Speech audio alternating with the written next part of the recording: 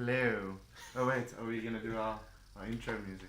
Yeah, we can go for it. Do you Why want, do you have do you want a mic? Yeah, yes please. One that works. There we go. Why is your one bigger than I don't know, because I'm the lead vocalist. Are we harmonizing? Okay, on 3.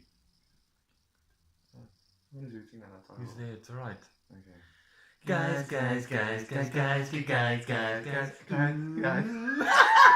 You're supposed to get it. Sorry, man, but wait. We didn't discuss who's doing the like. Okay. Me or you? I felt like doing the hoo. Okay, so you're gonna do the who. Yeah. Okay, let's go. So we do the first part together and then. Okay, on 3. 1, 2, 3. Guys.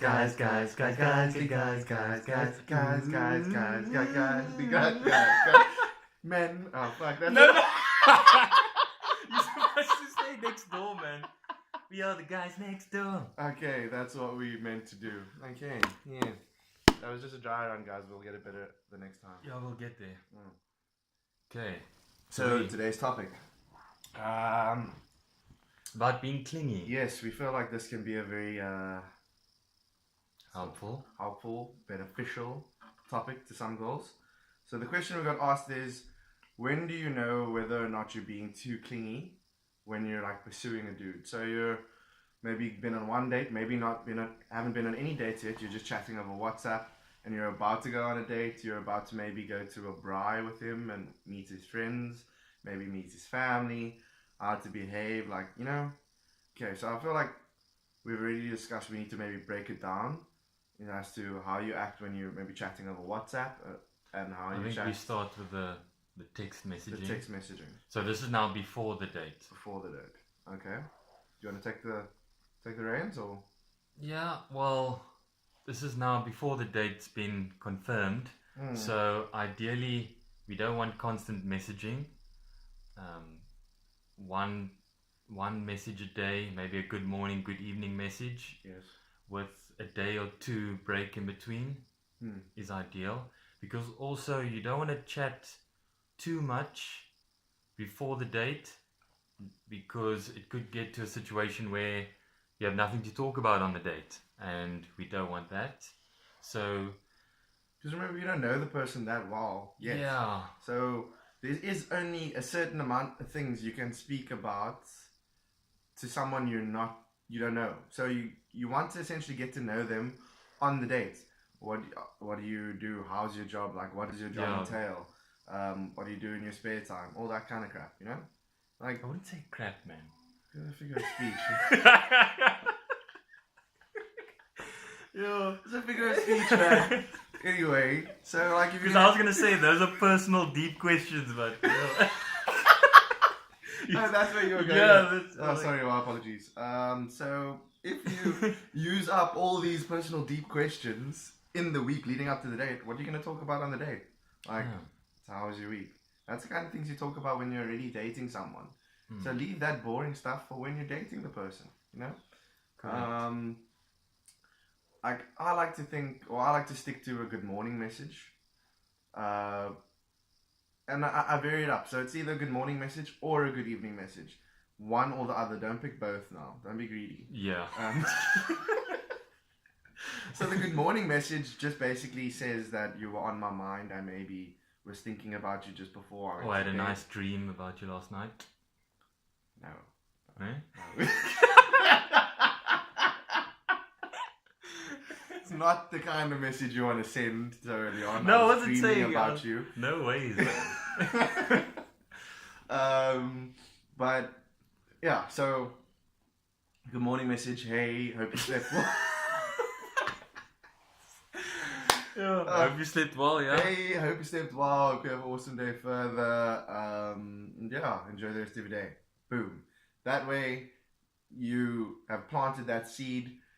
You've already, you are on their mind at least once today because they have to have read that message, and you're not starting a conversation. So you're not asking them what are their plans for the day or anything like that. You are just saying enjoy your day. So it's you showing that you care enough that you hope they have a good day, but you don't care that much that you need to know every detail of what they're about to do. Yes. So that's actually right in the middle. Yes, and that's perfect. There's a dog walking past there and they're barking and it's annoying. as a whole. It's alright. Anyway, so that's like the perfect line you want to just stay on, yeah? You wish them a good day. Definitely before the first date. Caesar! It's your dog, actually. Caesar! I know it's my dog. Caesar! Stop, please. Come on. Thank you. Do you think he speaks English? Quite well. As I was saying. It's like me in Afrikaans, he understands, but he can't respond. Yeah, it's a pity. I was going to say, especially before the first date, it's good to be on that enjoy your day or hope you had a good day buzz. Yeah. And the evening message is I hope you had a good day. Past tense. You just change your wording up, Yeah. copy paste, you know. Hope you had a good day. Then mention maybe how your day was. Like, my day was hectic. Don't give them now details. Don't like say, oh, I had this meeting, and then after the meeting I had diarrhea, blah blah blah blah. Yeah. Like, they don't need to know that.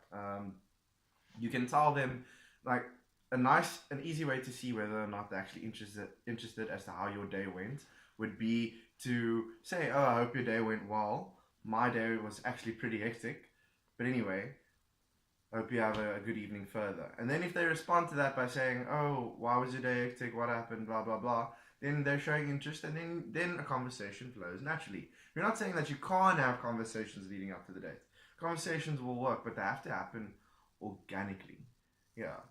So, and it's not to say now that you can never ask them how their day went. It's just keep those few and far between. Like, you know, you want to be a bit aloof and always leave them wanting more. Yeah. It's like a perfect rule of thumb. Always leave them wanting more. Never give them too much of you too soon. Because, I mean, like, what's the point of the date then? I already know everything there is to know about you, and I'm already bored. And It's it an could hour. be borderline annoying. Exactly. And just reciprocate whatever energies they're giving off. If they're constantly hitting up your phone, then I guess you can also Still play it cool, respond but in kind. Like, you can then let the conversation flow. And especially if you guys hit it off really well and you guys just have a lot to talk about, then I mean, who's to judge? But if they're not wishing you a good morning, or not saying good night to you, or they're not starting the conversations and you're always starting the conversation, that's not it. Listen, if you always start the conversation, it's not a death sentence. It's not like there's no chance of you guys ever hooking up or him not being interested in you. It just means that you're going to have to play it cool, and you're going to have to put in the time, and you're going to have to put in the effort. Because people can change their minds. It happens. So if you find yourself having to start the conversation all the time, that's when I feel like you need to do the good morning, enjoy your day, good evening, hope you have change it up. or hey, I hope your day went well, blah blah blah. That's when you need to be a little bit more aloof and not try to annoy the person to the point where they start to think 2 days went by, oh my word, Luke hasn't messaged me yet, let me send Luke a message, see how he's doing, that kind of thing. So yeah, and then okay, now we're going on 8 minutes now, so let's quickly cover how to be in person. Clingy wise now. I feel like you can elaborate on that in-person one. Okay, the in-person one is pretty easy. This one, if you're in company, be less affectionate than if you were on a one-on-one date. I think that's obvious. And if you do not know that small rule of thumb, then you've probably messed up in the past before and were too affectionate in the company and made the people around Learned the hard way. Nice and awkward. So yeah, try not to be that couple that is always, not couple, because we're not talking to couples here, we're talking about when you're going after someone. Try not to be that girl or that guy who's hanging on the person that you're trying to get with and always have your hand on their lap and holding their hand in company. It just comes off a bit too strong, and especially in the beginning. Yeah, and when there's other people around, it just makes the whole buzz like awkward. And yeah, man, we're all chilling here as friends, even though, you know, after the braai is done and we all go back to our respective abodes, you know, it's gonna probably go down. Like, you both know that, so leave it for them. Yes. Leave it for when you're alone. The rest of us don't need to see that. Anyway, You can obviously be a little bit more affectionate when it's the two of you and you're going on a date. He's driving, you got your arm on his lap, your hand on his lap, rubbing his thigh, you know, that Little kind rub of action. you know, that kind of thing. That works. And just feed off his energy. That's the best way in any situation. I think that's rule number one. Exactly. Feed Like, his if he's being affectionate, be affectionate back. If he's being affectionate only at certain points in the evening, then you come to him every once in a while. I mean, like, say you're at a braai now and he puts his arm around you, maybe kisses you on your cheek, everyone's making jokes, 2 minutes later he's gone. And that's your little bit of affection that he gave moment, you. yeah. So now, later on in the evening, there's nothing stopping you from walking up to him. Maybe he's chilling with the guys, they're having a conversation. You walk up to him, put your hand on the small of his back, and ask him, would you maybe like a drink, or you know what I mean. Also, a good time to break the touch barrier, just a little side note, is in loud places. So, for example, you're in a club, or you're in a bar, or you're just at a party and the music's really loud and the conversation's flowing. That's a perfect time to break the touch barrier. So, for example, we're at a party together, and I want to now break the touch barrier with Luke. So I want to break the touch barrier with Just Luke. an example, guys. Just an example. So now, obviously, I can just lean over into his ear and say something, and he'll probably hear me. But I want to break the touch barrier. So now I put my arm around him and This feels nice. Exactly. And then all of a sudden I'm away again.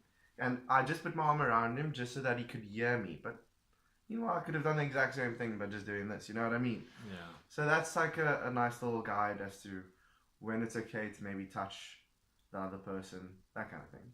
So we hope that answered the question as to how to act and when to be a bit more aloof and when not basically to be clingy. how not to be clingy. Yeah.